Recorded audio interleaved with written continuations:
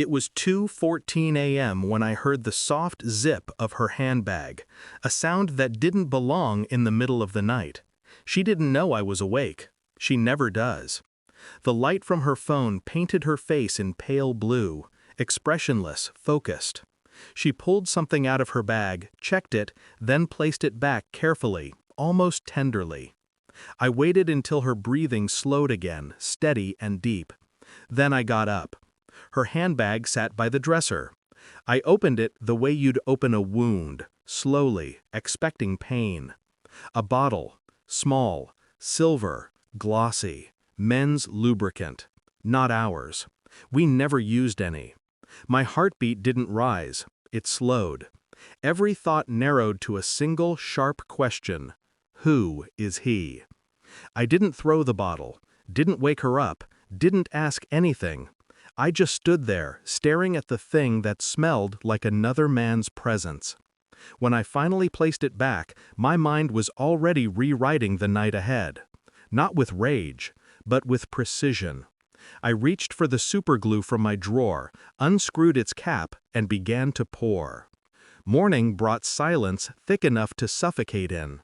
She hummed while making coffee, as if the night had never existed. I watched her lips move, her eyes avoid mine. She left for yoga at 9. I knew she'd drive past the gym. She always did when she lied. The world outside kept moving, traffic lights blinking, engines groaning, people living, but inside me, everything was still. I wanted to believe it was nothing, that maybe she'd bought it for some innocent reason. But the label was too specific, the kind meant for men. The scent too foreign. That night she smiled differently, not like a wife, like someone playing a part she no longer cared to remember. I studied her laughter, her phone habits, the new perfume.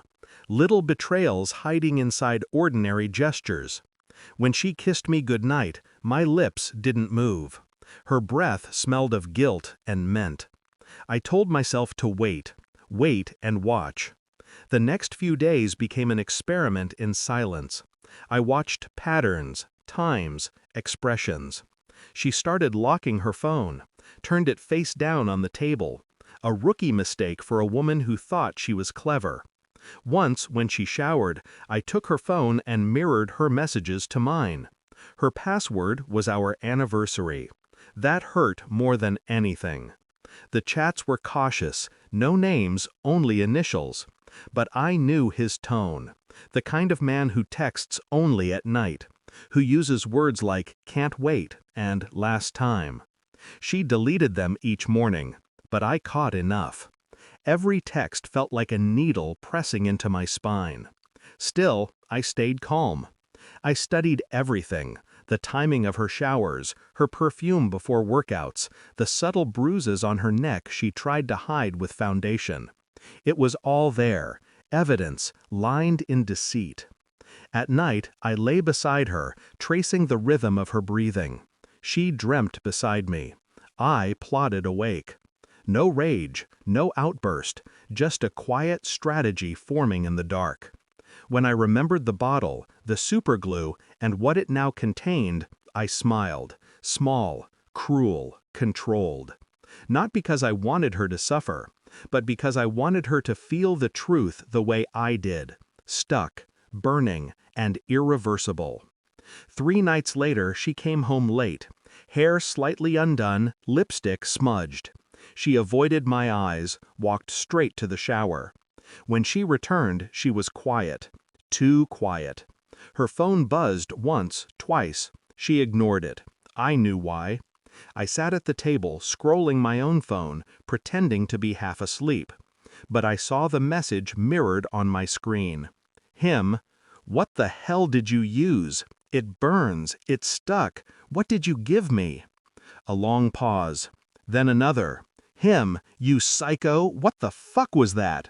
She froze when she saw her phone light up, read the messages, paled.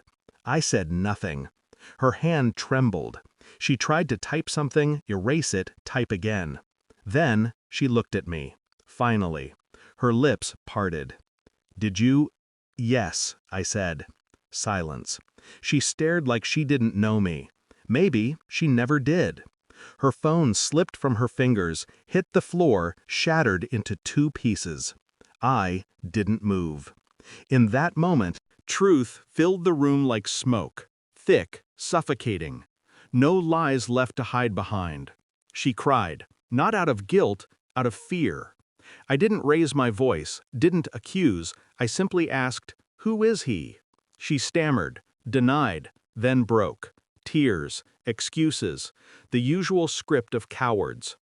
I let her speak until the noise became meaningless. Then I stood. "Don't worry," I said softly. "You're safe. He's the one who's paying for it." Her face twisted, shock, horror, shame. A perfect collage of everything she'd hidden. "Why?" she whispered. I leaned closer. "Because lies deserve consequences. And truth deserves silence." She backed away, shaking, muttering apologies that landed flat against the wall. I walked past her, out of the bedroom, leaving her with the broken phone and her reflection. I didn't pack a bag, didn't slam the door. I just left. Dawn found me driving through empty streets, window down, wind cold against my face. No guilt, no rage, just quiet. In the rearview mirror, I saw the outline of the house fading into distance, a place where love once lived and died quietly in a single drawer. People talk about closure as if it's something you find. They're wrong. Closure is something you create, carefully, precisely. I didn't destroy her life, I just made her see it. As the sun rose, a message pinged on my phone. Unknown number, 1 line. "He's in the hospital. Won't say what happened." I stared at it for a long time, then deleted it. Some truths don't need witnesses. Some revenge doesn't need fire. It just needs silence and patience. I kept driving, and somewhere between the last lie and the next sunrise, I finally stopped loving her. Sometimes justice isn't loud. It's the quiet satisfaction of knowing they'll never forget what you never had to say.